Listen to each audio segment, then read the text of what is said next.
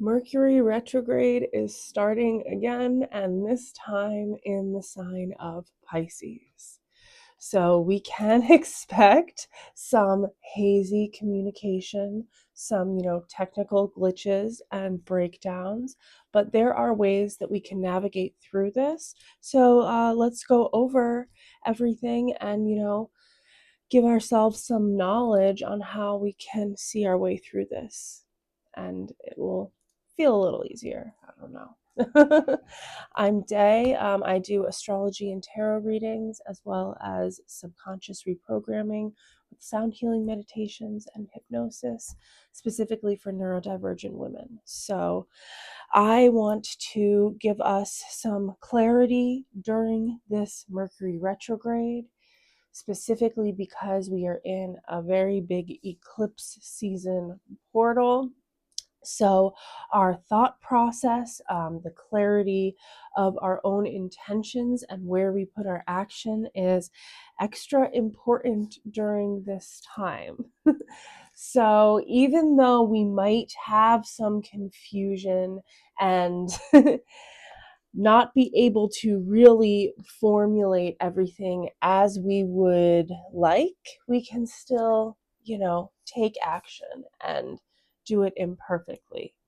Bear with me, I have my Mercury, Venus, and Mars in Virgo, which is the opposite to Pisces, one of the mutable signs. So if you are one of the mutable signs, you have any of your, big placements in a mutable sign, which is Gemini, Sagittarius, Pisces, and Virgo, you might be feeling it now. So we have a big full moon coming up as well in the sign of Virgo, and we are in Pisces season right now. This is asking us to let go of old patterns of the past that have held us back. The South Node, which is in Virgo right now. This is what creates our eclipses, and it also speaks about the karmic line where we come from. Now, we all have these energies, but where our north and south nodes are can give us some more insight. And the north node basically looks like an upside down horseshoe in your chart. Kind of looks like the Leo sign, but it's not. That is the north node axis of the moon. So the house and the sign will tell you, where your dharmic path is, and the south node will show you where you're coming from. It's the equal and opposite sign. We can get into that in another video, but those points about where we're headed and where we're going are being pinged during this Pisces season and this eclipse. So as we have Mercury retrograde in Pisces, all of these themes will be present, and they will really be affecting our mind, our mindset, the state of our mindset during this time. And during eclipse seasons, it is so important to really be very vigilant in our mindset, in our meditation routines.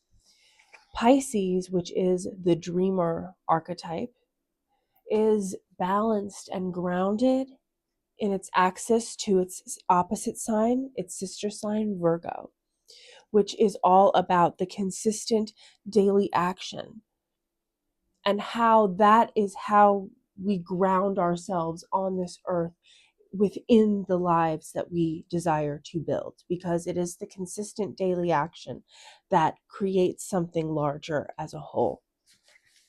So during this Mercury in retrograde in Pisces, there could be a lot of reminiscing, maybe just understanding things from the past that we didn't really see clearly before.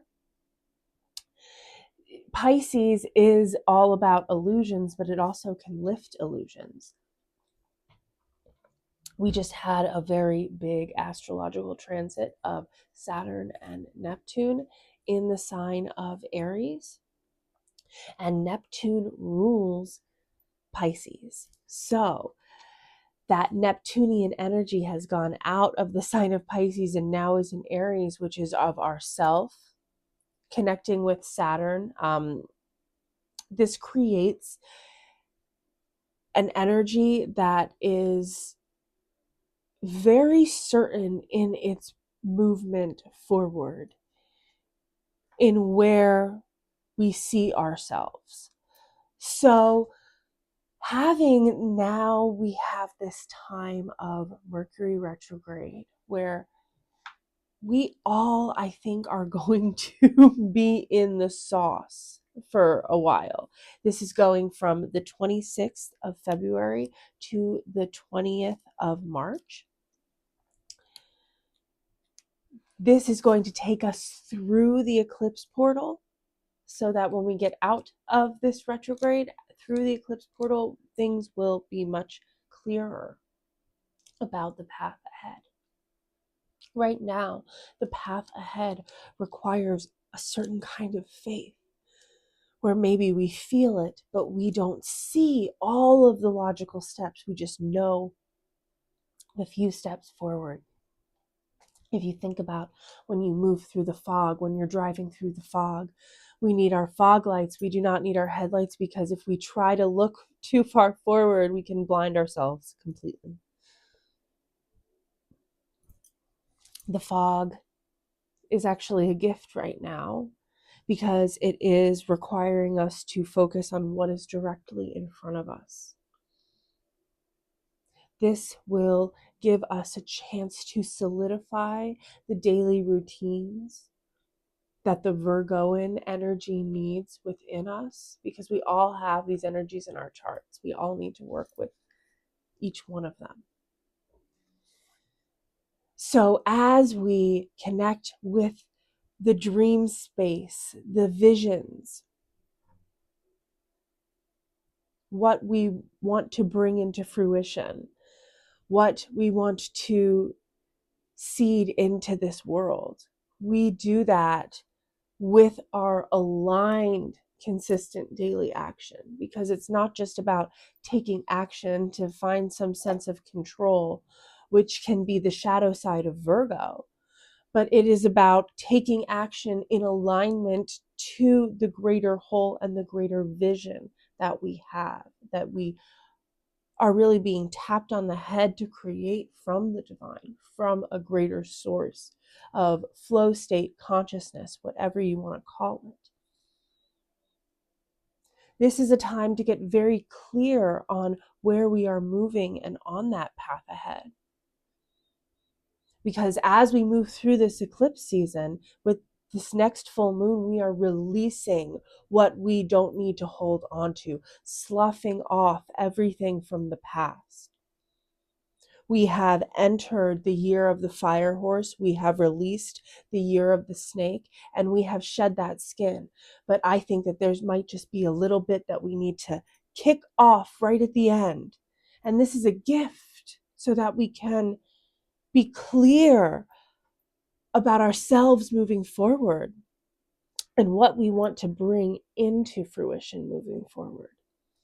We also have at this time Venus in the sign of Pisces, which is a great placement for this planet. This is the romantic, but it also can bring about illusion and limerence. So having Mercury retrograde during this time as well, connecting with Venus, we could really have a lot of moments of clarity where we see where we placed value on things that were illusionary in the past, where maybe we didn't fully receive what we wanted in love, in work, in money, in the value that we place upon ourselves, and how that wasn't mirrored towards us, and how maybe we tricked ourselves into thinking it was. That is a gift moving forward, because this offers us the clarity to have our boundaries firmly in place in regards to love and friendship and our career and our purpose and our passion about where we want to put our energy, to understand that the sovereignty of that is incredibly important as we talk about the Pisces Virgo axis, because you cannot talk about one sign without its equal and opposite sign. Pisces connects to belief, and this can be very beautiful in regards to faith, but it also can bring about illusion and control using those systems. So this is where we are getting more and more clear within ourselves about what that connection to a greater source really means to us. And Virgo, the sign that is named for the Virgin, originally that word meant sovereignty, inner sovereignty of ourselves, that we know who we are, that we are in control of ourselves. The shadow side of Virgo is constantly looking for control, but that is only when you do not have control of your inner sovereignty. Looking for a place that we can place that control, that can sort of trick us into thinking that we do have everything in control, because we cannot fully control everything. That is the nature of Pisces, that some things must be serendipitous, that some things must have that extra component, the God component. Whatever you want to call it, it is a divine component, is a component of spirit. And our mind now with Mercury in retrograde is grappling with that. How that has affected our lives moving forward in the past, how it has created everything.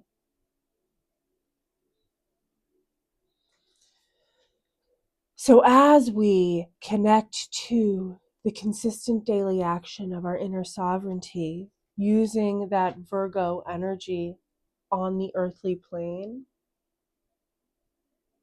the mutable signs, the mutability, the changeability of Earth within Virgo, the fact that we can change our greater reality through consistent daily action when it is in alignment with our beliefs, that can change based on new perceptions that come about.